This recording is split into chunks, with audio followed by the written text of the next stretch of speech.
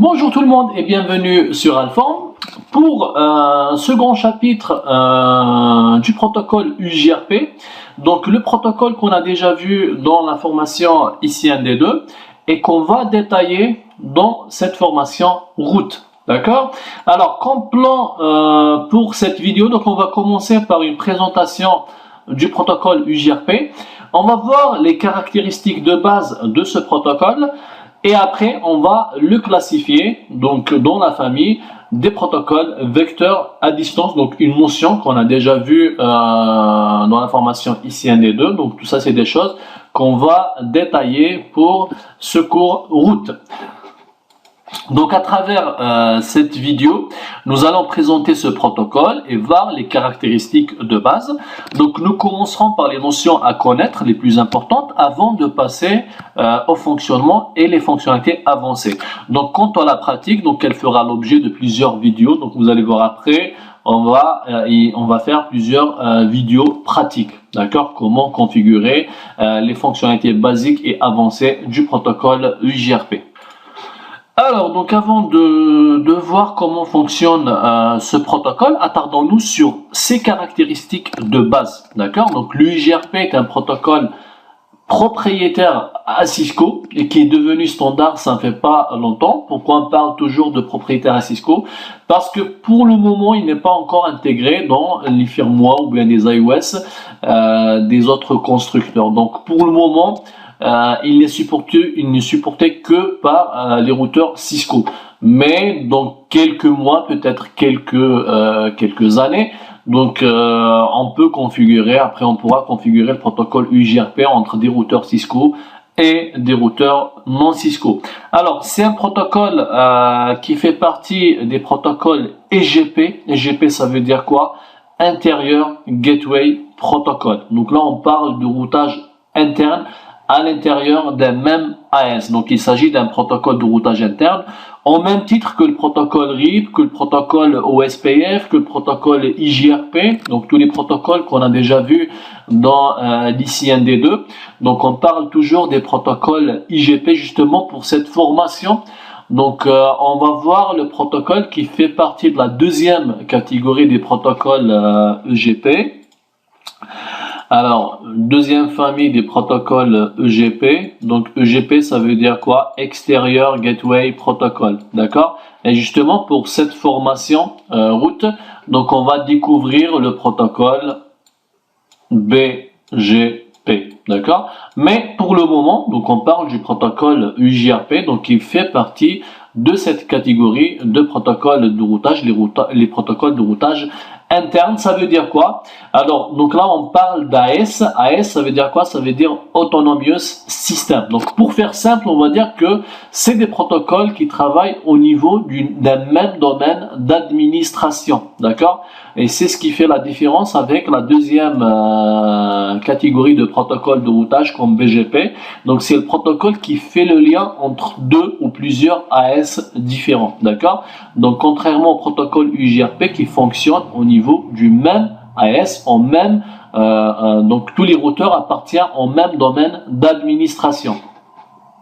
Donc ce qu'il faut retenir pour le moment, c'est que le protocole UJRP est un protocole de routage interne comme le protocole RIP, comme le protocole OSPF. Alors maintenant, on va passer aux caractéristiques de base du protocole UJRP. Donc comme tout protocole de routage, le UJRP, il a une distance administrative qui est de 90 pour les routes internes et de 170 pour les routes externes. Donc là, le protocole UJRP donne deux valeurs différentes. Il fait la différence entre les routes internes et les routes externes. D'accord? Un petit refresh, qu'est-ce que c'est qu'une distance administrative? Donc c'est la valeur qui est affectée pour un protocole de routage au cas où un routeur, par exemple, il a deux chemins ou plusieurs chemins vers une destination quelque part, un réseau X, et le routeur il trouve avec le protocole, sachant qu'au niveau de ce routeur, donc il y a le protocole par exemple UJRP qui est configuré, notre protocole OSPF par exemple. On a les deux protocoles qui sont configurés au niveau du même routeur. Alors l'UJRP trouve un chemin en passant par ce routeur, par exemple, on a deux routeurs. Donc il trouve un premier chemin en passant par, il trouve un chemin en passant par ce routeur vers le réseau X. Et pareil, l'OSPF, il trouve un chemin. Donc ça, c'est le protocole OSPF. Il trouve un chemin passant par le même routeur. Donc là, le routeur, il va poser la question, est-ce que je vais prendre le chemin du protocole UJRP ou bien le chemin du protocole OSPF, d'accord? Donc, alors, pour faire mieux, on va dire que le routeur, à travers l'OSPF, il a trouvé ce chemin. Donc, est-ce qu'il va choisir ce chemin choisi par le protocole UJRP ou bien ce chemin choisi par le protocole OSPF? Donc, c'est là où la distance administrative intervient, d'accord? Donc, si les choses sont laissées par défaut au niveau de ce routeur, il va choisir quel protocole? Il va choisir le protocole EIJRP. Pourquoi? Parce qu'il a une distance administrative qui est inférieure à la distance administrative du protocole OSPF qui est par défaut de 110, d'accord? Par contre, celle du protocole UJRP, donc là c'est dans le cas où si c'est une route interne, hein, d'accord? Si c'est une route externe, là il va choisir le protocole OSPF. Donc là on prend un exemple simple. Si c'est une route interne, le routeur il va choisir le chemin choisi par le protocole EIJRP avec la valeur par défaut de la distance administrative. Et lorsqu'on dit par défaut, ça veut dire quoi? Ça veut dire qu'on peut changer, d'accord? Alors, donc, distance administrative du protocole UJRP 90 pour les routes internes et 170 pour les routes externes.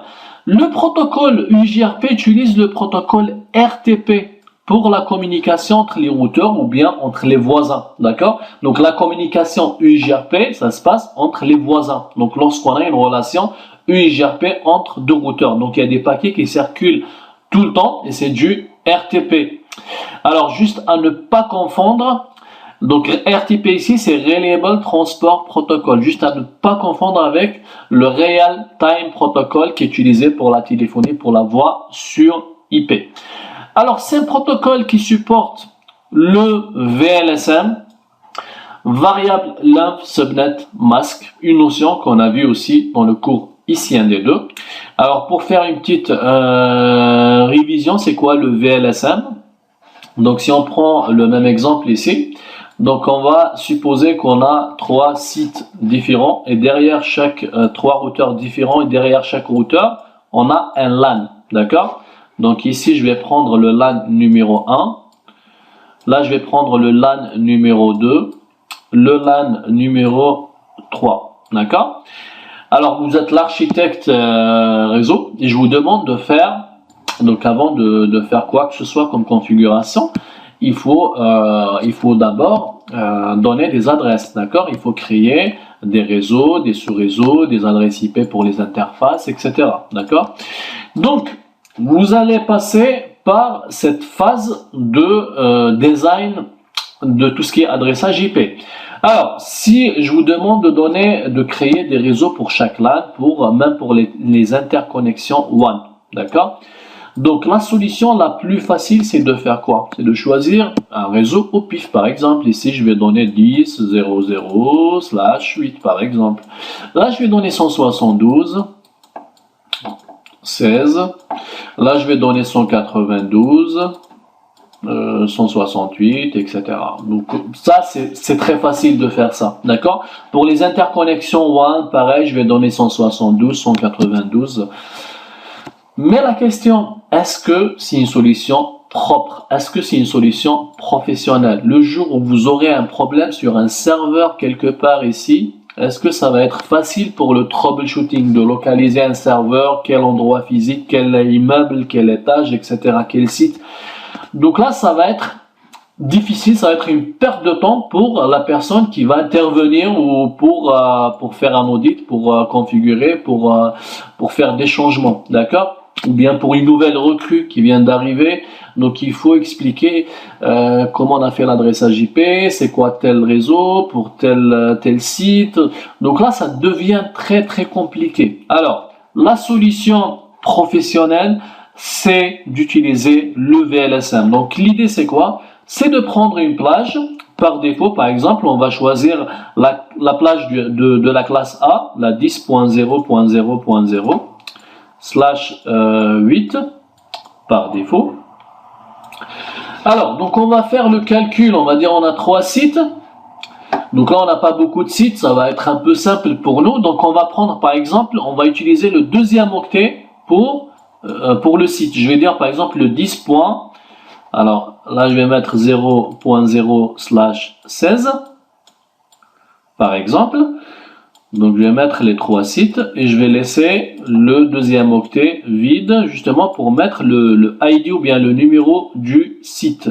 10.0.0/16. Alors, donc là, qu'est-ce que je vais mettre? Je vais mettre le numéro du site. Donc là, c'est le site 1, le site 2, le site 3. Donc je vais donner le deuxième octet. Je vais le consacrer pour le numéro du site. D'accord? Alors, donc c'est un /16. Donc là, j'ai créé combien de sous-réseaux? J'ai créé 3 sous-réseaux. Un sous-réseau pour chaque LAN. D'accord? Maintenant, ce qui reste, il reste la partie WAN. D'accord? Donc, l'idée, c'est quoi? C'est de prendre un 4e sous-réseau, par exemple. Ça y est, on a utilisé les 3 pour les LAN. Donc, je vais prendre un autre, ou bien celui qui vient juste après, 10.4.0/16. Donc l'idée c'est de faire quoi? C'est de prendre ce sous-réseau et l'éclater en plusieurs sous-réseaux, d'accord? Donc si on peut utiliser le terme sous-réseau. Donc ça c'est le réseau global. Ça c'est des sous-réseaux pour les LAN. On va prendre la plage qui vient juste après, en /16, qu'on va utiliser, qu'on va éclater en sous-réseau. Pourquoi on dit sous-réseau? Parce que là, ce qu'il nous reste, c'est les interconnexions WAN. Et les interconnexions WAN, on a combien d'adresses IP pour une interconnexion point à point? On a besoin de juste de 2 adresses IP. Donc un masque /30. D'accord? Donc là, je vais prendre ce 10.4.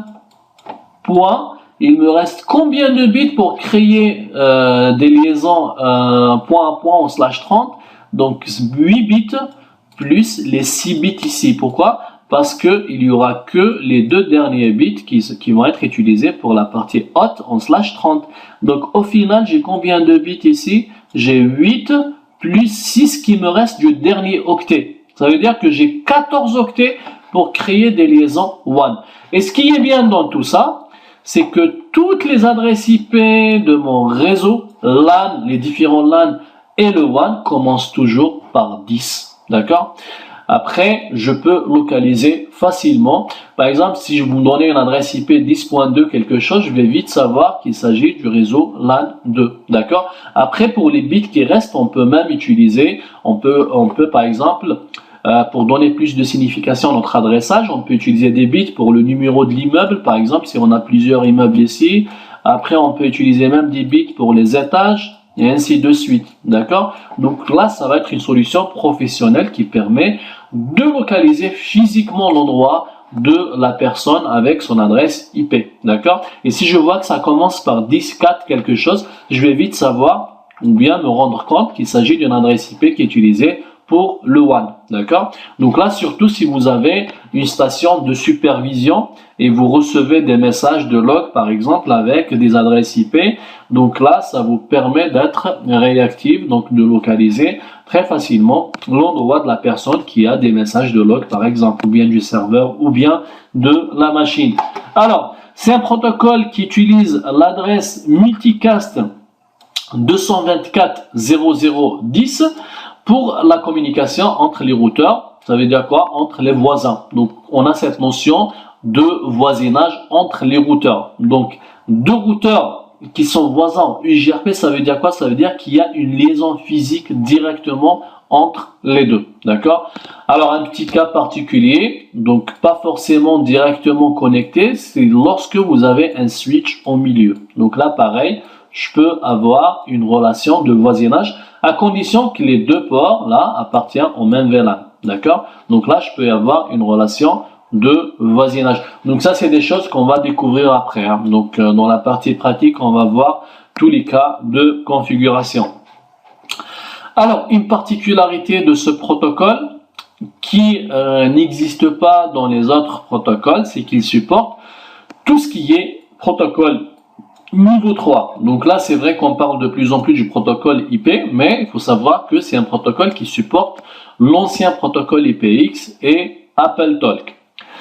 Alors, c'est un protocole, parmi les forces aussi de ce protocole UJRP, c'est qu'il est capable de faire de ce qu'on appelle l'Unequal Cost Load Balancing. Lorsqu'on parle de load balancing, ça veut dire quoi?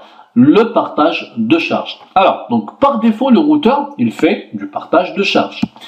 Dans quel cas? C'est dans le cas où il trouve par exemple deux chemins. Donc là, j'ai le routeur, il va trouver deux chemins vers le réseau X en passant par deux routeurs différents, d'accord? Sauf que la métrique, elle est la même pour les deux chemins. Donc par défaut, il va faire du load balancing. Par exemple, ici, j'ai 100 et là, j'ai 100. Donc par défaut, il va faire du load balancing entre les deux. Mais par contre, si j'ai deux métriques différentes, donc là j'ai le 100 et là j'ai 50. Donc par défaut, ce qu'il va faire, il va choisir le meilleur chemin. Donc le chemin qui a la métrique la plus faible. Donc il va passer par ce chemin. Donc il va choisir ce chemin. Il y a une métrique inférieure à celle de ce chemin. Alors moi, pour une raison X ou Y, je veux utiliser les deux liens, d'accord, bien qu'ils ont deux métriques différentes. Alors, avec UJRP, ça, c'est possible avec cette fonctionnalité du load balancing. Alors, pour mieux comprendre, donc on va prendre carrément un petit exemple avec 4 routeurs, donc le routeur R1, R2, R3 et R4. Donc, si je veux, par exemple, j'ai un PC ici et je vais envoyer des données vers un PC qui se trouve ici. Donc à PC à partir de ce réseau, le comportement de R1 par défaut, sachant que la métrique elle est de combien en passant par ce chemin, la métrique elle est de 200. Donc c'est 100 plus 100. En passant par ce chemin, c'est 100 plus 150 et ça donne 250. Donc le comportement par défaut de ce routeur R1, c'est qu'il va envoyer les paquets reçus par R1 à partir de cette machine. Donc il va envoyer à travers ce chemin parce qu'on a une métrique inférieure à celle en passant par ce chemin. D'accord?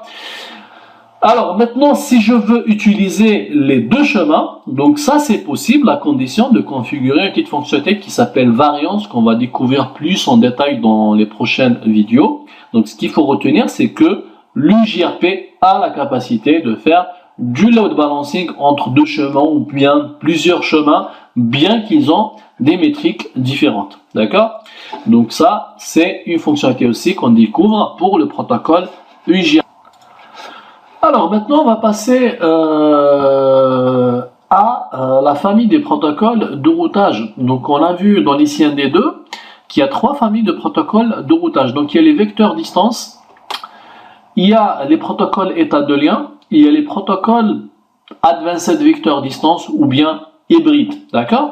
Alors, donc pour cette partie, on va commencer par une question pour laquelle on doit répondre à la fin de cette vidéo. Donc, vecteur distance ou bien hybride. Alors, le protocole UJRP, est-ce qu'il y a un protocole vecteur distance ou bien c'est un protocole hybride? Pourquoi on pose cette question? Parce que si vous allez sur Internet, vous allez trouver que sur certains sites, vous allez trouver que le protocole UJRP est un protocole vecteur distance. Sur d'autres, vous allez trouver que c'est un protocole qui est hybride. D'accord? Donc nous, on va essayer de voir ou bien de répondre à cette question. Donc pour bien répondre justement à cette question, on va essayer de faire quelques petits rappels des protocoles qui sont vecteurs distance. Ça veut dire quoi? Vecteur distance. Donc si vous avez déjà étudié le protocole RIP, qui fait partie justement de cette famille, cette notion devrait être familière pour vous. Alors on va prendre cet exemple avec les 3 routeurs, donc R1, R2, R3. On va supposer qu'on a le réseau 10.3.00/24 derrière le routeur R3. Donc il est directement connecté à ce routeur. Alors, donc le R3, qu'est-ce qu'il va faire? Il va annoncer au R2, il va lui dire, voilà, si vous voulez joindre le réseau 10.3.00, vous passez par moi. Et R2, qu'est-ce qu'il va faire? Il va faire la même chose. Donc, il va envoyer cette information à R1, il va lui dire, si vous voulez joindre le réseau 10.3.00/24, il faut passer par moi. D'accord? Donc ça veut dire quoi? Ça veut dire que R2 ou bien R1, il connaît pas où se trouve le réseau 10300. Il sait que pour joindre ce réseau, il doit passer par le R2. D'accord? Donc R2, c'est lui qui a envoyé cette information à R1. Mais R1, l'information qu'il connaît, c'est juste que pour joindre ce réseau, il doit passer par R2. Donc il n'a pas une vision globale de tout le réseau. C'est pas comme le protocole OSPF par exemple, où chaque routeur a une vue globale sur la topologie. D'accord? Donc ici, le routeur R1 n'a pas de vision globale sur le réseau. Tout ce qu'il sait, c'est que pour joindre le réseau 10300, il faut passer par R2. D'accord? Donc R2 qui lui a dit, voilà, si vous voulez joindre le réseau 330, il faut passer par moi. D'accord? Le réseau est à une distance, par exemple, si on parle de distance, et si on prend exactement le protocole RIP, la métrique du RIP, c'est le nombre de sauts. Donc il va lui dire que si vous voulez joindre le réseau 10300, il faut passer par moi avec une distance de 1. C'est le nombre de sauts. Ça veut dire qu'il faut passer ou bien qu'il faut sauter sur un routeur pour joindre ce réseau. Donc, si on veut revenir à notre protocole UIGRP, c'est comme ça que ça fonctionne, mais donc au final, on peut dire que UIGRP est un protocole à vecteur distance, mais qui possède certains avantages des protocoles état de lien. Donc les mêmes quelques caractéristiques du protocole OSPF par exemple. Donc parmi ces avantages, on a une notion très importante, par exemple la façon de fonctionnement des mises à jour de routage. Par exemple, on a les tables que le protocole UIGRP va construire. Il va construire 3 tables, d'accord? Donc la table de routage, la table des voisins et la table topologie. Donc on peut dire que c'est un protocole vecteur distance avec des fonctionnalités similaires à des protocoles qui sont état de lien. Et c'est pour ça qu'on utilise le mot, ou bien sur certains sites, sur certains documents, vous allez trouver le mot hybride. D'accord? Ça veut dire qu'il y a les avantages des protocoles vecteur distance et les avantages des protocoles état de lien. Voilà, donc c'est juste pour vous, pour faire la différence lorsque vous tombez sur des sites où ils parlent de vecteur distance ou sur des sites où ils parlent de hybride. D'accord? Donc là, on peut dire que c'est un protocole vecteur distance avec des avantages, ou bien les caractéristiques intéressantes des protocoles état de lien. Donc voilà, on est arrivé à la fin de cette vidéo, la première vidéo du protocole UIGRP. Donc on a commencé par présenter le protocole UIGRP.